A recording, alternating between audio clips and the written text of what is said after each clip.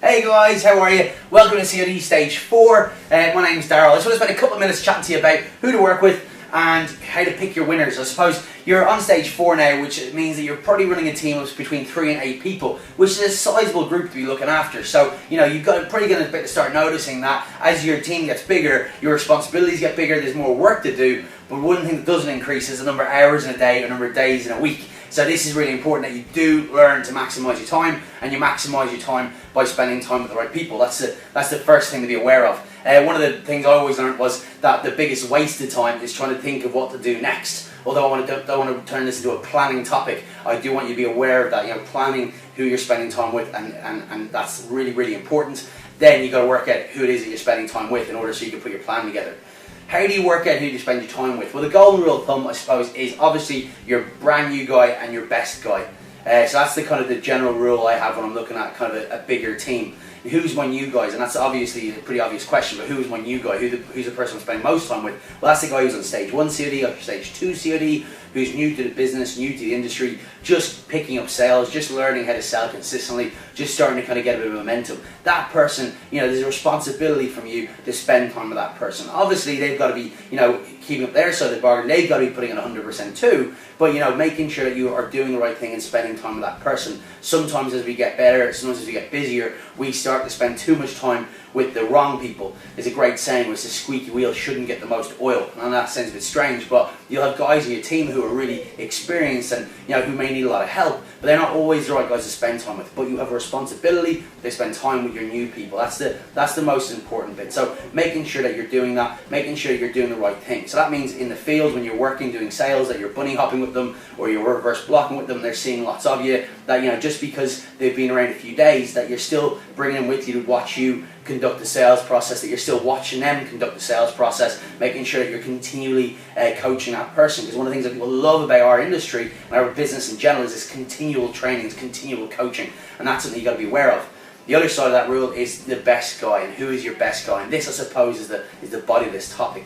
One of the biggest mistakes I would have always made when I was coaching or recruiting people was I always thought the best guy was the guy that talked the best game, or the guy who said he was the most excited, the guy that was really, really enthusiastic. And I obviously mean guy in a generic guy or girl way, but I always spend time with that person who's like, yeah, I'm going to be really successful, I'm going to be as good as you, I'm going to be run a big team. And they always talked a great game, and my emotionally I always wanted to work with them, but logically it wasn't always the right thing to do. How do you identify the right guy? Well, there's a few things that you got to look at. The first thing is performance. Performance is a really big thing, and performance is relative. So what am I looking for? I'm looking for an increase in performance. That's the big thing.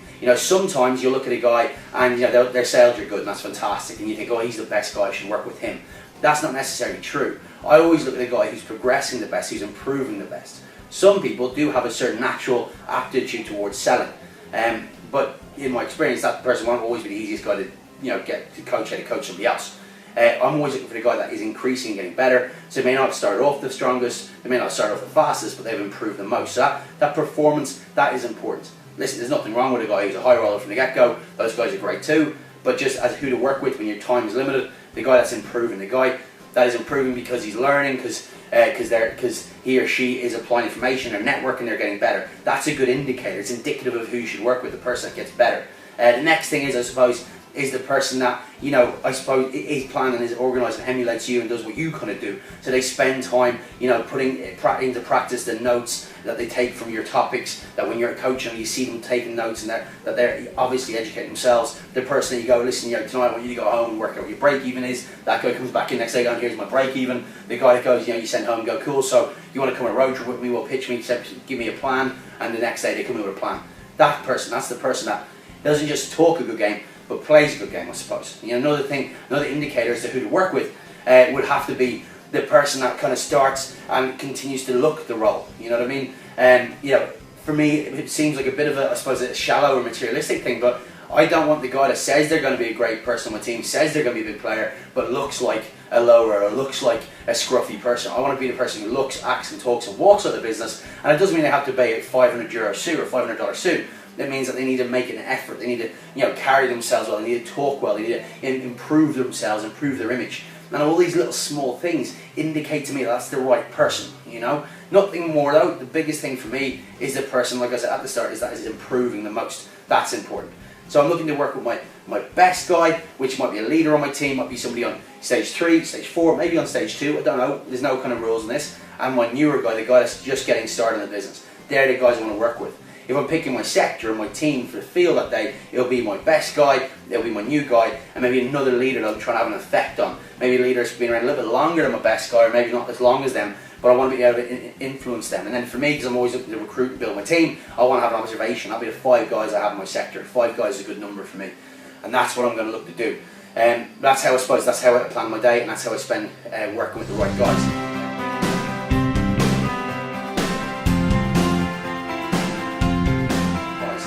Part of that topic is how do you actually work with them?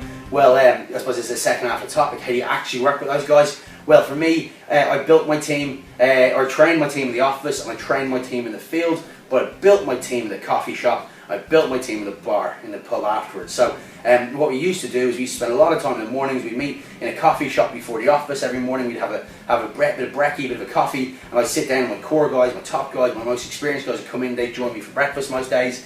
Normally half an hour, 45 minutes later, my newer guys would come in. It was always a good test to see who naturally gravitated towards me as well. And we'd spend time in the coffee shop planning the day, working out who was doing what impacts, who was going to be in what meetings, who was doing what, who was networking with who was travelling where, what the road trips that were going to be.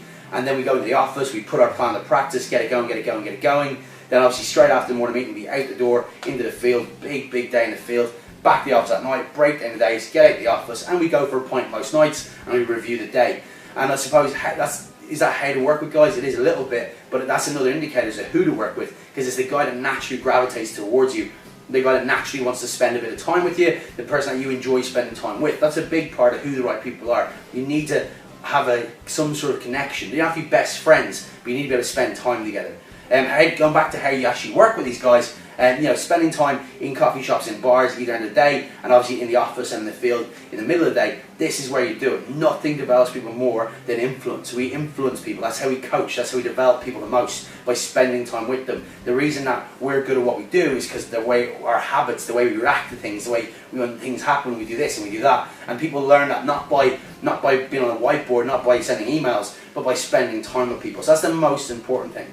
Making sure that when you're spending time with them, that you're aware that just because you may be in an informal setting, be it a bar, be it a coffee shop, be it around your apartment on a Sunday watching a movie, be it the cinema, be it, playing football, just because you're not officially in an official work environment, it doesn't mean you're not officially working. Regardless of what time of day it is, you're still that person's leader, you're still that person's, that person's mentor, so you've got a responsibility there as well. So just be prepared to spend those hours being on the ball, making sure that you're aware of what you're saying, you're aware of how you're behaving, you're aware of what you're doing, I suppose. And we all know what I'm talking about, but just make sure that you are that good example all the time, not just when you're actually working. That for me is a large part of spending time with those guys. Making sure you're encouraging these people to go beyond you for information, making sure that you're assigning the mentors, that you're making phone calls, that you're calling in favours from other people on stage 4, maybe assistant owners and owners that that you've built a relationship with, and you're putting them on a conference call with those guys, because that is that's a big part of what we do. A lot of guys, that's a comfort zone for them, so we break the comfort zone for them. We break it wide open. We go, cool, will you be this guy's mentor? And you kind of put them together, and you put them right with people. That will help you. So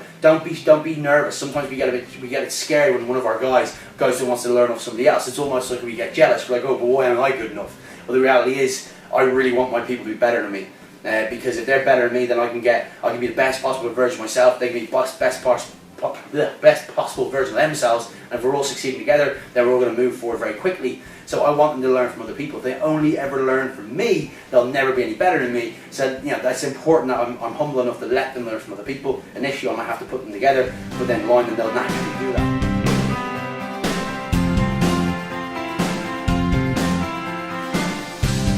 Other stuff I suppose as well is give them responsibility. I'm going to talk a little while later about empowering people, but giving away responsibility, getting them involved in running a sector meeting, getting them involved in running a crew meeting, getting them involved in running the morning sales impact, pitching your owner or the person running your company, going, listen, Johnny's doing a great job at the moment, is it alright? He runs the sales impact, he's rung the gong the last 2 days in a row, that sort of stuff. Getting them involved, building their reputation, talking about them, sitting down and going, cool, so listen, my crew name is ABC. What's your crew name going to be? Why is it going to be that? Cool, let's think about your logo. What are your goals? Spending time with them, going through stuff, not just business stuff, but personal stuff, developing them, thinking about how would you like to be developed, how would you like to be educated by your owner, by your leader. Well, that's the way that you should spend your time with those guys, to take them through those goals, take them through their budget, working out how much money they're going to have saved for Christmas, working out where they're going to be by the next birthday, working out you know where next holiday is, working out if they're going to change their car, what it's going to be, how much it's going to cost, how long it's going to take to save that money,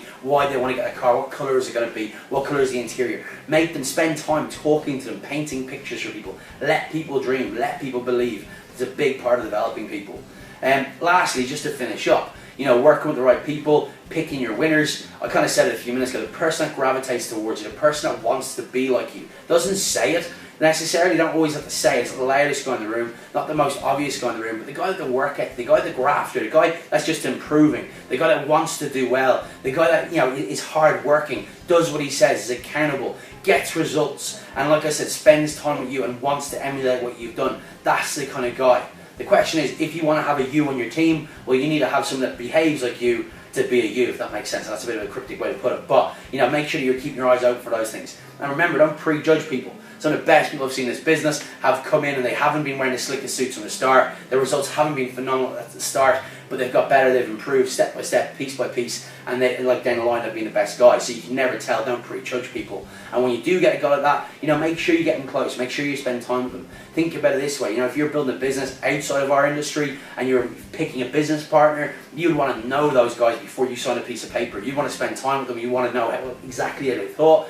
Well, we're no different to that. So spend on that person, get them nice and close to you, enjoy it. It's a great part of the business. These relationships, the idea of like the guys that I built my team with, the guys that are running offices all over the world now, like we were leaders together in different offices, whatever. That's really cool. Build those relationships across the board, but also with your people. I've got people on my team now that we've been working together a long time. It's exciting to see. It's very, very motivating to see that stuff. So enjoy this part of the business. It's really, really great. But spend time with the right people.